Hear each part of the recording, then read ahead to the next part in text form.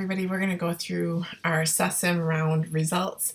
I did not get this to record on Collaborate yesterday. We had some technical difficulties with Collaborate. So I'm just going to go through the results for you in a video on YouTube this week. So I apologize for the difference in location.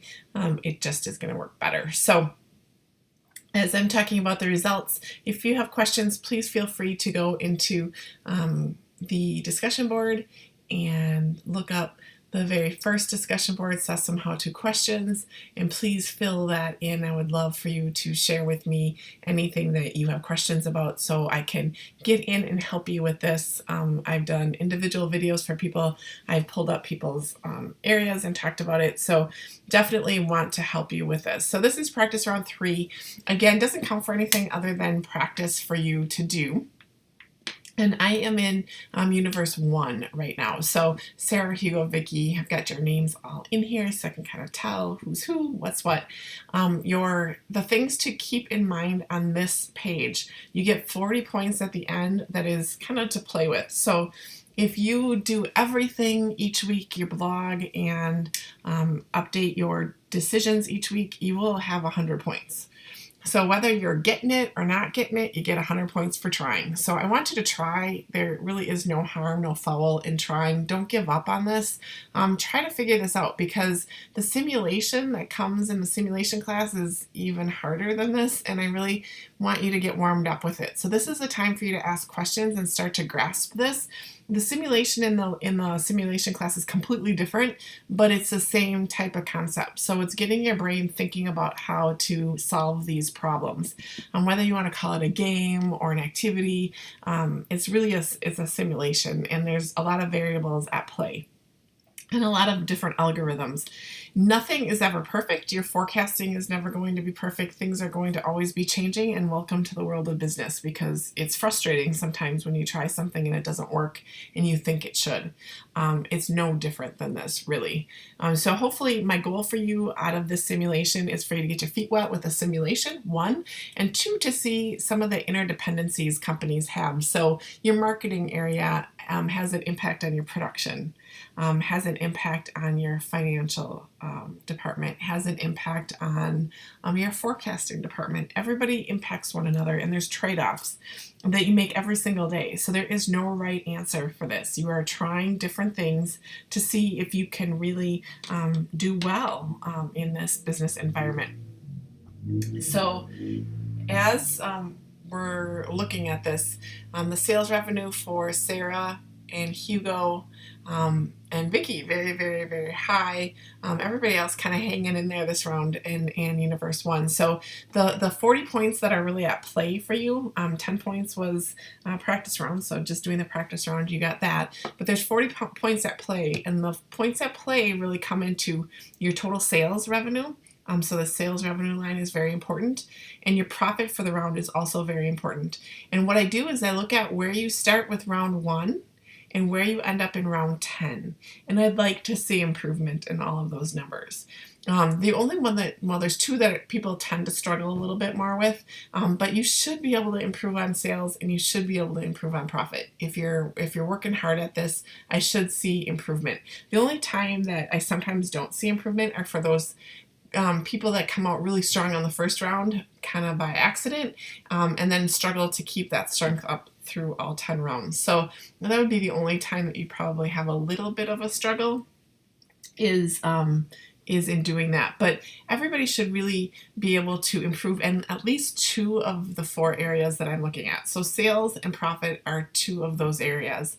So if I look at this, 2.4 and Hugo 2.1, great numbers, right? Still lots of room to grow, and especially in the profit area for Hugo. So Hugo invested a lot in some production facilities, and that's where he saw a hit with variable production costs. So this kind of breaks out your costs for you to take a look at to see maybe I'm spending a little bit too much. You can look at where your competitors are. So let's say I was Emily and I was looking at this and I'd say, wow, everybody seems to be investing in research and design, and I didn't do anything this round. Maybe I should do something next round. Or look at how high their promotion budgets are. Mine isn't so high. Maybe I need to adjust my promotion to sell a little bit more. These are things that you can do by looking at these reports in your results tab. Okay?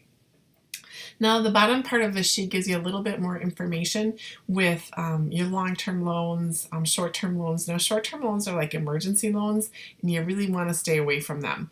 So if you want to take out more long-term loans, you can do that in your financial tab. And there's a really very easy way to do that. Okay? So that's Universe 1. I'll just take a quick look at Universe 2 before we go. So in this round, we've got Mark, Aaron, Amy, Sarah. Elizabeth just joined us, so she'll be adding some numbers in here as well. So we'll have 8 teams in each group. So if I look at this, in this group, we've got Sarah at 2.3, very strong, but then quite a few people right in the general thick of things, right? Around the same sales revenue, okay? Profit will start to differentiate you a little bit here. So these guys are pretty close in profit actually too. So very tight, I think, on these rounds so far. But now if you take a look at some of the things that people are investing in or what they're spending their money on, you can start to dig into that a little bit deeper. You can also look at your numbers from the US, Asia, and Europe. So if you're looking to see like, oh, I don't have a lot of profit in the US, well, part of that is because your expenses come from the US, right? So if you're building any facilities, that is going to hit on the US, but not Asia so much. So your Asia profits should be quite a bit higher than some of your other profits, unless you're building in Asia. But generally, most of that comes to the corporate headquarters, so that's where you're going to hit more.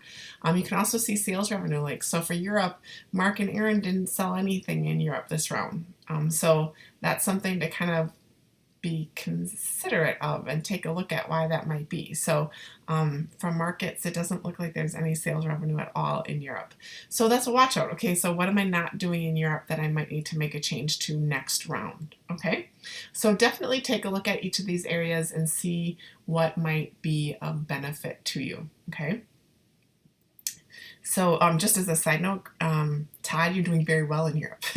So I know that you were a little bit concerned about some of your other areas, but in Europe you're doing pretty well. So you're doing something well in Europe. Take a look at what you're doing in Europe and see if you can replicate that in the US and in Asia as well. Okay.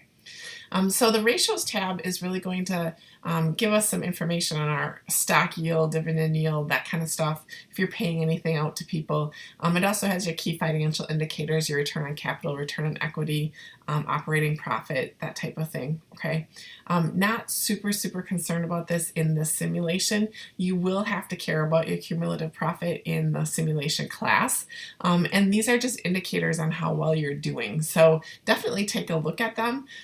But for the purpose of this simulation, we're not going to focus on this. I think maybe just baby steps first. So the next tab then, let me go back to Universe 1. The next tab here for practice round 3 is your market shares. So this is where you see how you're doing in relationship to the rest of the group with market share.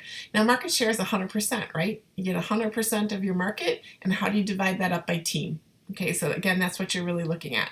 So when you look at this, Sarah, Hugo 16%, Vicky 16%, very strong here, Laura 13%. So you guys have the majority of the market share. Now next round, when you're trying to take market share, you're going to start off pretty similar, with the exception of, I think, Elizabeth, because she's starting out from scratch. But you're going to start off pretty similar, and how are you going to take some of that market share? You're probably not going to take over an extra 10% market share, so you're going to want to watch how you do that, okay? Also, you're going to want to look at your prices and make sure nothing is too obnoxious. Okay, you want to be right in the general thick of things with your pricing structure. Again, you can go ahead and look at the different areas to see how you're doing with pricing in the US versus Asia versus Europe. Okay. If I go ahead and look at Universe 2, it'll just take a minute to flip. Internet's super slow today. This, you can see 19% Aaron, huge market share, 46% Sarah, holy cow. So she's got half of the market share practically. That's probably not realistic moving forward, but definitely huge when you think about it. So Sarah's going to want to try and hang on to that. And when you look at her sales numbers are very much there. Now, the one thing though that you might want to take a look at too is you have sales and you're selling quite a bit, this is how much you're selling. But you also want to go ahead and take a look at how much you're selling it for. Perhaps it's too little, given where everybody else is at. You could make a higher profit. So having the lowest price will definitely get you market share, but it's not going to get you profit. So there's a trade-off there, right? And you profit is an important piece of this as well. So just selling it for the lowest price isn't always the best. On the flip side, like with Amy at 600, it's too high for the selling price given where everybody else is at, and so you're not selling anything at all. So it has to be balanced. So in this case, Jacob and Grey Ghost, I'd probably bring the prices down just a bit to help with that. Again, you can take a look at how you're doing in Europe, and I know I mentioned that Todd, who's Grey Ghost, was doing better in Europe. So if you take a look at this, I think part of the issue is that people ran out of inventory and you had it.